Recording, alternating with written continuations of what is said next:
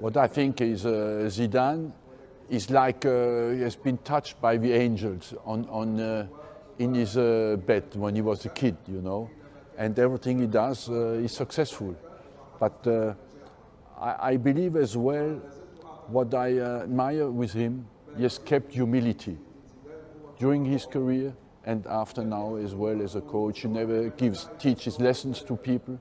His feet on the ground, and you have to respect even more the man he is than all the rest. You know, in football you win and you lose, but the man is always there, and I think he's been a great example on that front. Monsieur Wenger à Monsieur Zidane, la classe. L'équipe, j'espère que vous allez bien. Bon, vous avez capté, c'est pour faire le lien avec l'actualité. Aujourd'hui, on va aborder les rumeurs de transfert. Zidane en fait toujours partie. D'ailleurs, simple coïncidence, hier, regardez qui était dans la capitale aux côtés d'autres champions du monde 98, le bonhomme Zizou. Alors je sais que certains sont encore perplexes concernant sa venue. Rien n'est fait, loin de là même. Mais souvenez-vous de Messi cet été, de Neymar et Mbappé en 2017 ou d'Ibra encore avant. Allez, on laisse passer s'il vous plaît. Ouais, on va laisser passer, monsieur, on va laisser. Allez, Zlatan! Allez! Mais oui, bras! On t'aime! Merci Léo. Merci Léo! Merci Léo. Merci Nasser! Merci Jean-Claude. Sur la faute. Oh là là là là! Buongiorno Léo!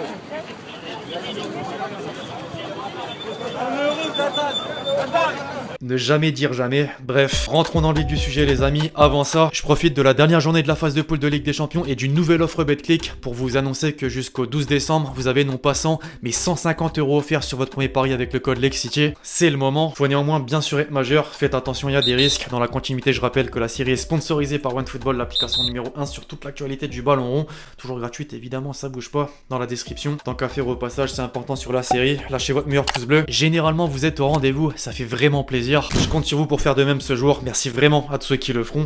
On entre dans le vif du sujet désormais, l'équipe en France pour commencer aujourd'hui avec le Paris Saint-Germain et une nouvelle sortie hier. À peine la semaine entamée que Foot Mercato laisse filtrer cette information selon laquelle l'émir du Qatar rêve de voir un certain Arsène Wenger débarquer dans la capitale. Pas en tant qu'entraîneur comme le souhaitaient les dirigeants qataris en 2018 lors de ses adieux à Arsenal, mais au sein de la direction sportive. Alors qu'est-ce qui pourrait bien lui donner envie cette fois de dire oui? Zidane, sans aucun doute. L'article laisse entendre que ce détail de poids pourrait faire la différence aux yeux de l'Alsacien et qu'en retour, Zizou ne serait pas contre le fait de travailler ensemble à Paris. Pour le moment, évidemment, rien n'est fait. Pochettino est en place et la direction dément toutes les rumeurs. Or, la question c'est jusque quand? C'est plus une surprise, l'Argentin déçoit de semaine en semaine. Si sur le plan comptable le bilan est correct, au niveau du jeu proposé, le débat a lieu d'être, surtout avec l'effectif sous la main, tant en qualité qu'en quantité. À ce sujet, d'ailleurs, derrière les grands noms, des joueurs sont malheureusement dans l'ombre et ne jouent plus. Tous les postes sont doublés, voire même triplés, et inévitablement des départs se profilent pour cet hiver. Le média français a énuméré 7 noms qui ont des chances d'être poussés vers la sortie, à commencer par Sergio Rico. Le gardien de but a comme attendu fait les frais de l'arrivée de Donnarumma, en plus d'être initialement numéro 2 de Navas. 23, c'est le faible nombre de minutes de jeu effectuées cette saison, qui plus est après une expulsion du costaricien face à Nantes. Il est dit qu'un retour en Espagne est possible. Ensuite, la défense est concernée. Parmi les joueurs, on y retrouve Kerrer, qui s'était néanmoins montré intéressant lors de ses quelques apparitions, Diallo ou encore Kurzawa, qui de la même manière n'ont pas vraiment réussi à s'imposer dans la durée avec la concurrence. Ce dernier a vu l'émergence de Nuno Mendes et le retour de Bernat lui passer sous le nez. La première ligue pourrait être une solution. Dans la continuité au milieu de terrain, 2 joueurs sont susceptibles d'être sacrifiés. Paredes qui a des touches venant d'Italie et Rafinha, désormais indésirable. Enfin devant, le doute plane concernant Icardi. Entre extra-sportif et rendement insuffisant sur le terrain, nul doute qu'il sera le gros dossier de janvier sur la table. Ça tombe bien, son profil plaît toujours en Serie A et lui, de son côté, n'y serait pas insensible, notamment pour retrouver un club plus calme et s'occuper de sa famille. Alors s'il s'agit de la destination la plus évidente, ses représentants n'écartent pas d'autres possibilités, dont Newcastle, le Barça ou encore Tottenham. Affaire à suivre, affaire à suivre. En résumé de tout ce qui vient d'être énoncé, un sacré coup de balai va intervenir d'ici peu. En parallèle, Leonardo devra bien sûr s'occuper des cas complexes. Mbappé en fait forcément partie. Un mot au passage sur l'interminable feuilleton. En Espagne, comme on l'avait vu il y a quelques jours, on croit pleinement à la capacité du Real de former un trio Kylian, Benzema et Vinicius. Ah, c'est optimiste, on l'a compris. Marca est beaucoup moins confiant au vu des relations tendues avec le Paris Saint-Germain datant de l'été dernier. Tout dépendra du choix du joueur dans les prochains mois. A noter que sur le côté des arrivées, après Rudiger, Kessié et Pogba, une ancienne piste est à son tour réactivée. D'après le Sun, Paris réfléchit à faire d'Ait Nouri son futur arrière latéral gauche. Arrivé à Wolverhampton en provenance d'Angers contre un peu plus de 11 millions d'euros à l'été 2020, le joueur de 20 ans s'est progressivement imposé, d'où cet intérêt. Reste à savoir le montant demandé par les Wolves, bien que la somme doit se rapprocher des 40 millions d'euros, équivalent à l'option d'achat assortie au prêt de Mendes.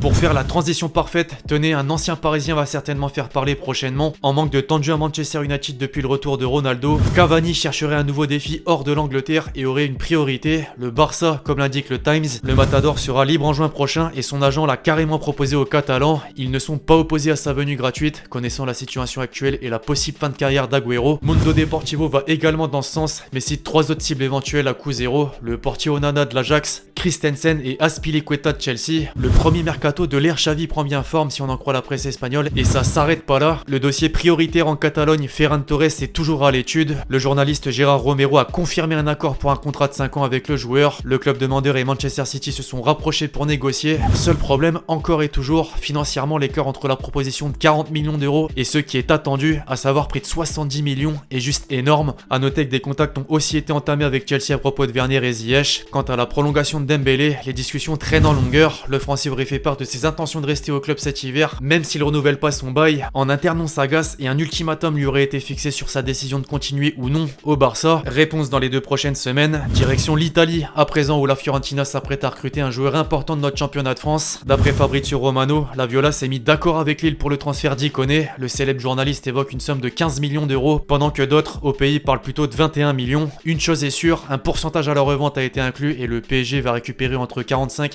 et 50% sur la future vente. Maintenant, on peut donc se demander, y a-t-il un lien avec l'avenir de Vlahovic? Apparemment non. Cependant, la pépite fixée à 55 millions d'euros a de nombreux courtisans. La Juventus, on le savait, Tuttosport stipule qu'Arsenal est entré dans la danse, ont également rejoint la liste Manchester City, Tottenham et même le Paris Saint-Germain qui garderait un œil. Autre info venant de Foot Mercato, le Marseillais Jérémy Boga est dans les tablettes de l'Atalanta, l'ADA étant pour parler avec Sassuolo pour tenter de le signer et une offre officielle de 18 millions d'euros a été formulée, mais refusée dans la foulée. On en veut plus. Terminons notre tour de l'Europe outre-Manche les amis. Ralf Rangnick, le nouveau coach des Red Devils, a enfin fait son premier match sur le banc. C'était réussi avec une victoire et un visage de son équipe intéressant. Or, bientôt, il faudra se pencher sur la fenêtre de transfert hivernale, voire estivale. Récemment, les journaux anglais faisaient état du rôle majeur que peut avoir l'Allemand pour convaincre Haaland de porter les couleurs mancuniennes. Des précisions ont été apportées par plusieurs médias et on sait à quoi s'attendre du côté d'Old Trafford. La radio espagnole Cadena Ser a estimé un coût global afin de boucler l'opération. C'est 75 millions d'euros de clause libératoire, plus 40 millions de commissions pour Raiola,